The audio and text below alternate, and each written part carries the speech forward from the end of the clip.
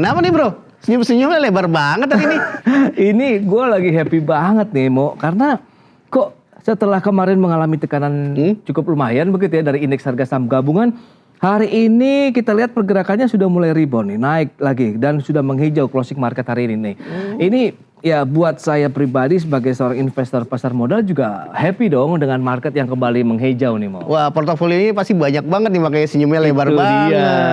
Kan kemarin sempat juga kita deg-degan ya, tiba-tiba kok hari ini dan juga kemarin dengan kita tahu juga kan pemerintah juga fokus nih untuk mengatasi bagaimana dengan permasalahan yang kemarin sempat ramai juga ya MSCI begitu ya di pasar modal Indonesia. Nah itu yang akan mau kita coba gali lebih jauh nih kenapa menghijaunya Mo ya. Aduh, makanya kalau misalkan harga lumayan naik, kemarin kan kita tertekannya lumayan biasa tuh. Betul.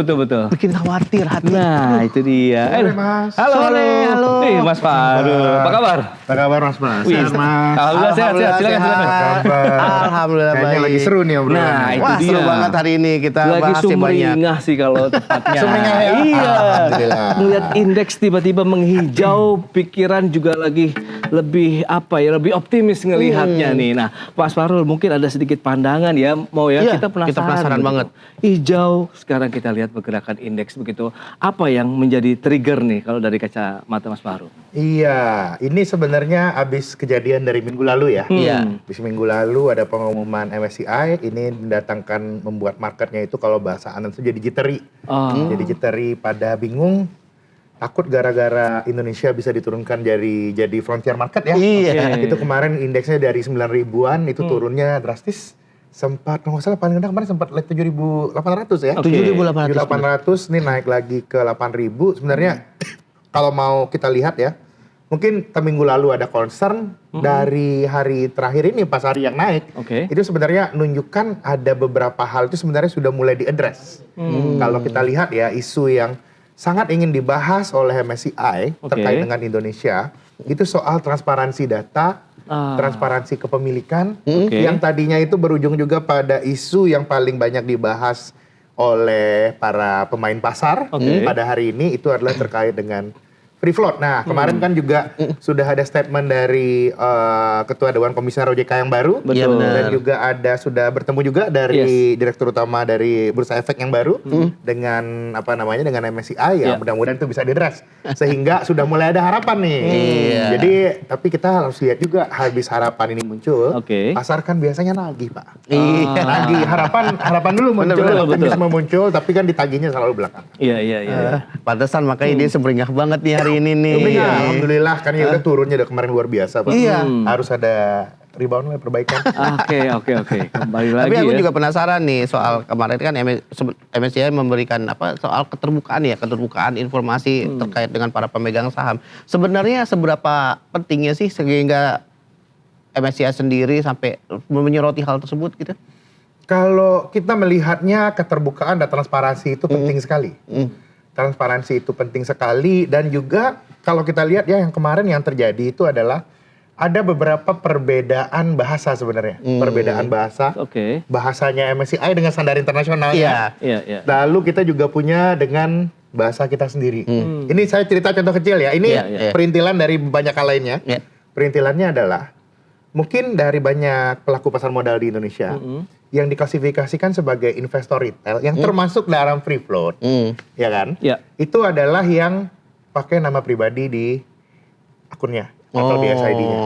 Tapi kan yang ini banyak juga, misalnya saya juga pengusaha, saya punya PT, saya punya CV, itu dari saya juga bisa investasi di saham. Nah itu apakah itu bisa kita klasifikasikan sebagai free float? Apakah itu diklasifikasikan sebagai institutional investor kalau pakai badan? Beda kan, bukan personal. Apakah ini juga ini hal yang membuat MSCI bingung juga kalau ada bukan perorangan kayak gini, PT gini, apakah memang ada kemungkinan dia relate dengan UBO yang sebenarnya? Ini membuat tanda tanya. Sebenarnya ini juga kejadian ya kenapa kayak gini. Ini dikarenakan, ini kan sebenarnya kalau kita lihat ini masalahnya lumayan menahun Pak, udah lama. Ada isu terkait MSCI dan dan free float di Bursa Saham Indonesia. Problem yang dihadapi itu adalah ada beberapa saham, ini berapa kejadiannya yang sudah memenuhi kriteria MSCI. Oke. Baik dari sisi likuiditas, kan MSCI punya kriteria likuiditasnya, kriteria likuiditasnya, kriteria market cap, masuk ke MSCI. Tapi datang komplain dari fund-fund yang menggunakan benchmarknya sebagai MSCI. Ini kamu masukin dalam indeks MSCI. Tapi kenapa nggak investable? Kenapa kita masuknya nggak bisa? Ini kan mendatangkan pertanyaan. Ini yang menyebabkan, aku lihat itu, harus nilai kejadian, rekonsiliasi besar untuk menyamakan persepsi antara MSCI dengan Indonesia. Yang tentu saja, di sini Indonesia, kita kan di sini pakai bahasanya investor internasional kan, sama kayak kita pakai bahasa Inggris, bukan yang nggak nasionalis kita pakai bahasa Inggris Pak, karena semua orang di mana-mana pakai bahasa Inggris. Kita ini juga bahasanya investor internasional itu adalah MSCI Index. Nah, kita mau nggak mau di sini harus menyesuaikan, karena kalau nggak mau menyesuaikan, dibilang berarti kamu bukan emerging market, resiko kamu lebih tinggi dibandingkan emerging market lainnya kalau seandainya kamu nggak ikut sama kriteria kita. Ini yang aku lihat harus diadres dan memang isu utamanya kalau kita lihat ini free float dan definisinya. Jadi mungkin bukan sekedar free float yang naik sebenarnya yang diisukan, tapi soal definisi dari free float itu sendiri. Itu kayak satu contoh kecilnya saya ceritakan itu tadi Pak. Saya atas nama saya sendiri atau saya pakai nama badan. Nah, yang badan ini bagaimana kita melihatnya? Kalau kita di sini kan sama aja, ini kayak investor yang lain kan. Tapi di situ lihat enggak, ini institusional. Bisa jadi bukan harus dihitung free float. Ini yang menyebabkan kalau aku lihat ini satu dari beberapa hal yang harus sama. Ini aku lihat perbedaan bahasa, perbedaan cara kita. Ini barangnya sama, ini sama-sama gajah. Yang satu pegang kaki, yang satu pegang gading Pak. Yang satu bilang, ini tipis keras, yang satu wah berat. Ini ngomongnya sama. Ini yang harus kita samakan dulu persepsinya, ini PR kita. Karena kalau nggak sayang, peluangnya bisa banyak sekali keluar dari Indonesia kalau kita mengalami downgrade. Ya, dengan ada kejadian ataupun peristiwa kemarin, kemudian kan memang ada seperti Anda sampaikan begitu, akhirnya pertemuan ya antara pejabat-pejabat baru kita begitu ya di pasar modal. Anda melihat ini akan ada persamaan persepsi nggak sih di sana begitu yang akhirnya memberikan lagi-lagi begitu bahwa ini optimisme baru, angin segar baru begitu akan segera berhembus nih di pasar modal kita. Saya rasa harus Pak, saya rasa sudah harus. Karena sebenarnya tren dari concern yang dialami oleh MSCI ini bukan hanya setahun terakhir, ini udah agak lama sebenarnya. Udah agak lama, mungkin sekitar 2-3 tahun yang mungkin kemarin akhirnya beliau mengeluarkan statement, ini udah harus kita address. Kalau tidak, kita punya masalah kredibilitas. Kredibilitas pasar saham. Pasar saham kita naik, pertanyaannya seperti ini. Sahamnya naik karena MSCI atau karena fundamental? Kalau saya melihat pasar sahamnya itu yang sehat, sahamnya masuk MSCI itu seharusnya adalah bonus dari kinerja yang bagus, partisipasi investor semuanya setuju, misalnya saham X naik, partisipasinya tinggi, semua orang punya baik retail ataupun institusi dan asing juga, likuiditasnya tinggi, akhirnya dia bisa masuk MSCI. Jadi kalau saya lihat yang mesti diperbaiki adalah jangan MSCI-nya dijadikan goal, Pak. Jangan hasil. Di sini kita berproses, proses yang bagus. Jadi MSCI adalah bonus. Itu kira-kira. Kalau enggak yang kejadian, kalau kita menaruhkan MSCI jadi kaget, jadi kamu masukkan di sini, padahal sebenarnya kayaknya misalnya likuiditasnya naik. Ini banyak isu ya muncul di market ya. Likuiditasnya naik, market cap-nya sampai, tapi ternyata nggak qualified di MSCI. Itu aku lihat harus kita review bersama.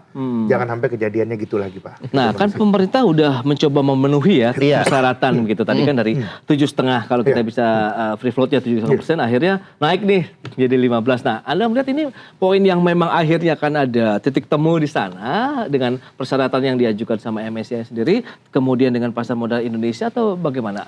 Kalau saya lihat menaikkan ke 15% itu membuat pasar modal kita akan lebih sehat dalam jangka panjang. Nah, itu jangka panjang ini bagus Pak, ini bagus. Tapi concern utama dari MSCI sebenarnya sekarang itu kualitas dari free float-nya. Datanya dulu diperbaiki, dibuat jadinya itu dia benar-benar bisa melihat. Kalau ada data free float, misalnya free float saham cuman 10%, what is the real meaning of 10%? Bagaimana orang mau lihat strukturnya seperti apa gitu. Apakah dari 10% ini masih ada ternyata yang apa namanya orang lihat mungkin oh ini masih apa namanya masih related party atau dan lain-lain itu mesti Itu dia. diperhatikan karena itu memang isunya harus dibuka. Tapi memang ini ya kalau aku lihat ya ini memang sebenarnya nggak ada asap kalau nggak ada api Pak. Ya benar. Ya. Nggak ada asap kalau nggak ada api. Kalau mau kita lihat ini sebenarnya teli kondisi di stock market ini dengan kondisi makro kita. Apa yang teli di kondisi makro kita? Ini kalau aku lihat ya dari data perbankan.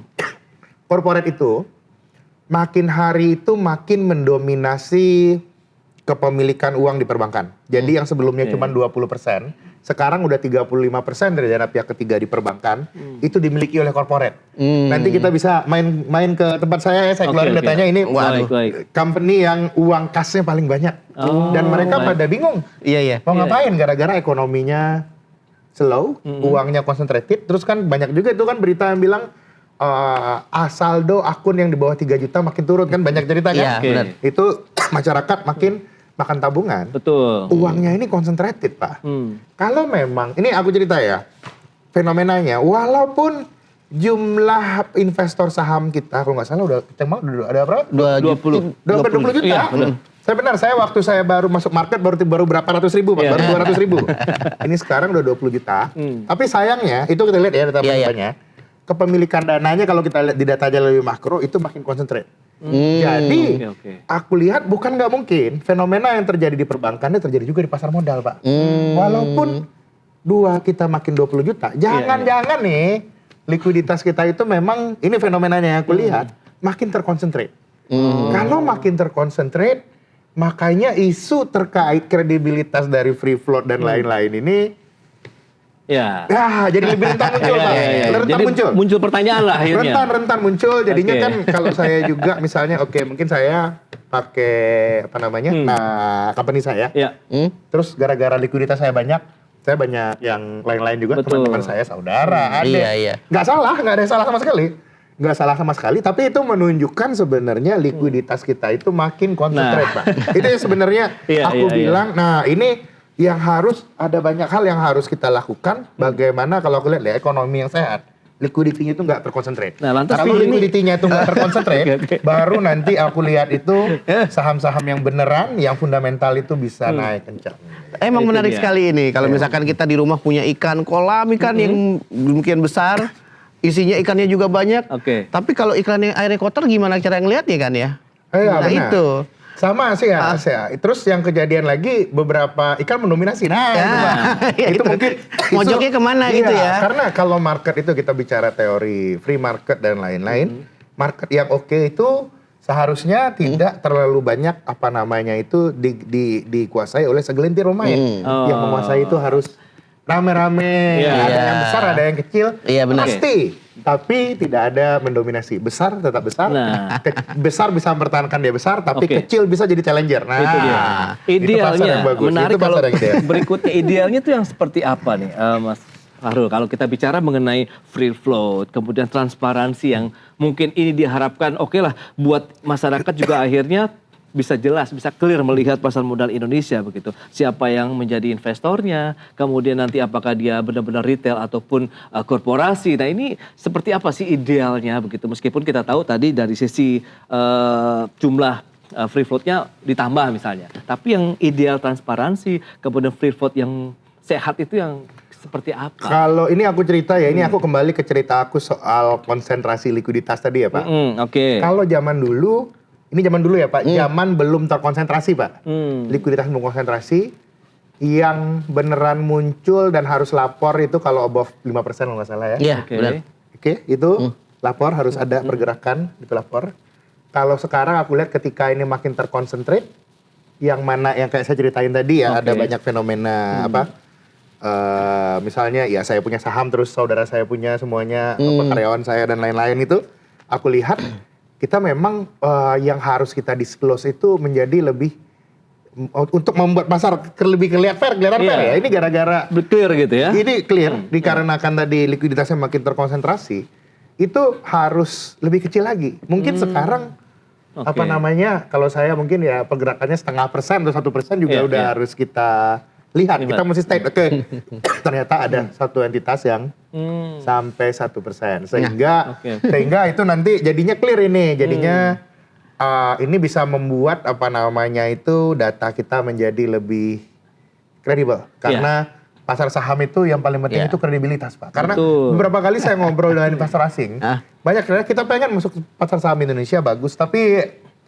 kita kok ngerasa harganya aneh ya, banyak yang Iya, benar-benar. Itu jadi tanya. Nah, itu yang aku rasa harus kita kembalikan. Nah, kalau bicara tadi kan melanjutkan pertanyaan dari Pras sendiri, kan kita menaikkan jumlah free float dari 7,5% menjadi 15%. Kira-kira kalau kita bicara soal implementasi, berapa lama implementasinya bisa dilakukan oleh Bursa Efek atau mungkin regulator? Paling cepat 1 tahun, Pak. Paling cepat 1 tahun? Paling cepat 1 tahun, karena seperti ini, untuk ini kan kita butuh juga memproyeksikan likuiditas dari para pemain di pasar ya.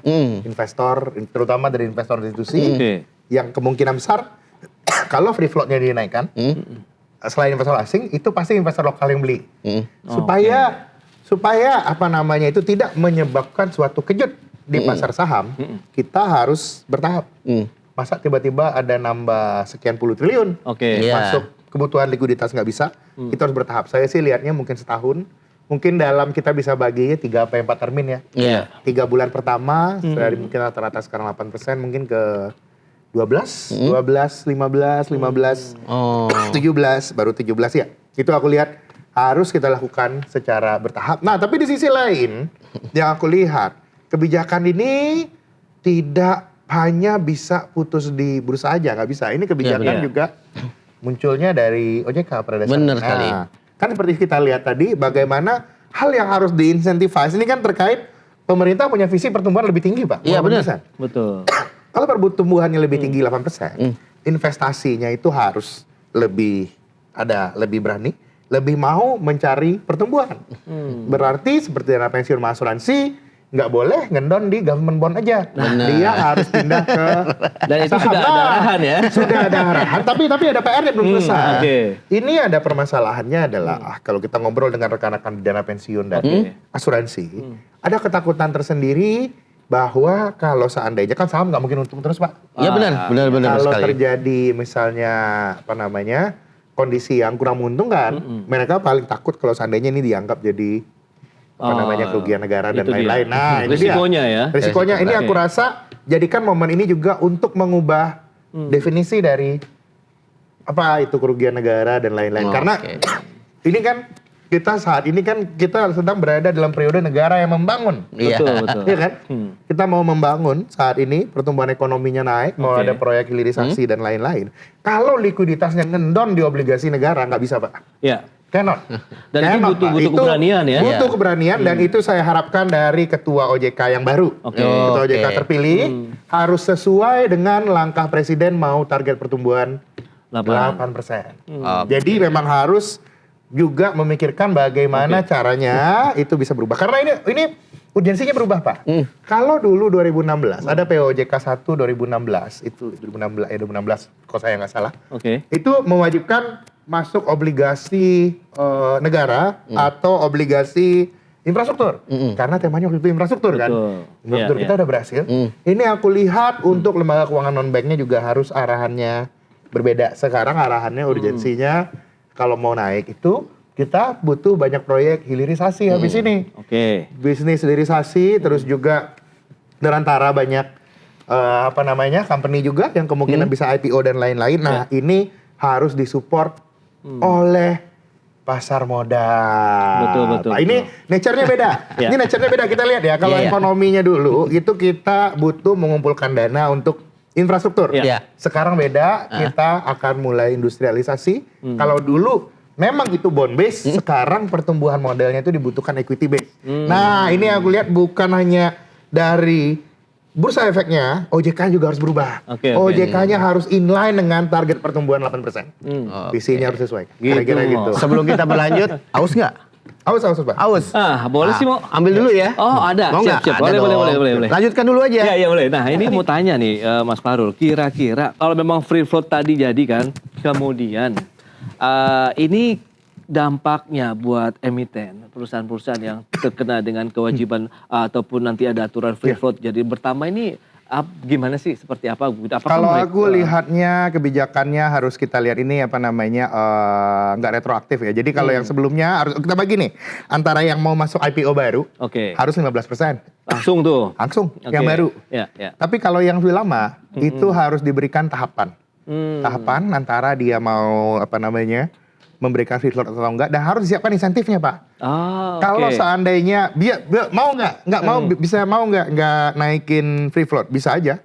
Bisa aja. Kalau sekarang kan kalau listing kan pajaknya turun Pak, PPh badannya turun. Ya udah hilangin aja fasilitasnya kalau nggak mau seperti itu. Jadi kita mekanisme insentifnya harus tetap jalan karena kan tiap corporate itu tiap company structure itu kebutuhan financingnya beda-beda. Nah kita harus membuat insentif yang menyesuaikan antara kebutuhan corporate dengan juga kebutuhan bursa dan kebutuhan ekonomi terkait dengan free float ini tadi. Jadi kita mesti fair dengan betul, fair ya. Itu dia. Tapi kalau misalnya itu nanti jadi begitu, ada kesulitan-kesulitan tersendiri nggak sih? Mungkinkah mungkin ada persyaratan ya di dalam internal perusahaan begitu kan, persetujuan langsung kah itu investornya, kemudian jajaran komisaris dan lain-lain, begitu perlu ada rapat internal lebih dahulu atau bagaimana? Pasti itu harus direncanakan.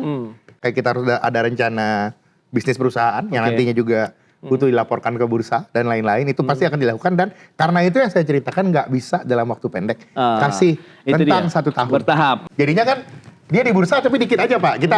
Kita nggak usah nyebut merek saham ya. Iya. Dia ada di market tapi memang free floatingnya nggak banyak. Dia cuma dia gara-gara dari dulu. Betul. Sekarang dia sudah self sustaining financing, dia nggak red issue lagi, nggak ngapa-ngapain, ya udah itu makin hari ya free floatnya nggak bisa naik. Nah kita harus paham juga ada yang seperti itu. Jadi nanti aku lihat jangan yang terlalu strict. Harus ada ibaratnya ya. Jangan saklek tapi ada insentifnya. Jadi misalnya ya ini kalau seandainya nggak memenuhi free float, ya itu fasilitas pajak yang turun gara-gara listing berkurang. Kan soalnya yang listing nanggung kan juga banyak gitu kan. Listing mau keluar tak apa namanya, listing enggan apa namanya, listing enggan keluar tak mau kan banyak kejadian. Nah itu juga kita mesti clear. Ini sistem insentifnya. Jadi yang aku lihat ke depannya ini ya, bahwa setiap putusan untuk ngambil corporate ini supaya di budaya ekonomi kita bagus juga semuanya harus mengerti konsekuensi. Itu dia konsekuensinya. Minum dulu Mas Farul. Silakan. Yuk mari. Itu dia mau. Jadi memang agak cukup bertahap kalau misalnya tadi yang sudah dilakukan ya terkait dengan free float, tapi memang harus terus-menerus dilakukan. Kemudian bagaimana upaya-upaya informasi yang terus-menerus juga disampaikan. Mungkin pendampingan juga ya dari sisi regulator ya terhadap perusahaan-perusahaan yang tadi dengan adanya perubahan free float ini begitu, sehingga mereka aware-nya juga makin tinggi begitu kan. Tapi itu selain itu juga kita juga membutuhkan sebuah ketegasan juga dong. Artinya kalau misalkan ada pelanggaran atau ada salah satu data yang salah dikit, harusnya diberikan teguran minimal kan. Nah ini makanya saatnya mungkin dengan kejadian kemarin MSCI yang tiba-tiba memberikan pengumuman yang cukup membebani pasar kemarin. Nah kita harus siap-siap nih. Segala sanksi atau teguran itu harus juga dilaksanakan. Jangan tiba-tiba. Ya gimana Mas kalau menurut Mas sendiri? Kalau saya ya ini memang jadi momentum kita meningkatkan governance. Governance-nya harus lebih baik. Karena gini, harusnya ya tahun ini kita periode likuiditas itu banyak banget loh Pak. Iya. Aku tadinya itu nggak heran misalnya ya ASG ini sebentar lagi itu nyampe 10.000. Harusnya mungkin bulan-bulan ini, akhir bulan ini atau Maret itu udah 10.000 Pak sebenarnya. Trennya lagi enak padahal. Terlepas dari segala hal yang kejadian, ini trennya itu lagi naik. Dan memang ekonomi kita lagi butuh. Betul. Ekonomi kita lagi butuh, tapi di satu sisi aku ngeliat ini blessing in disguise juga ya.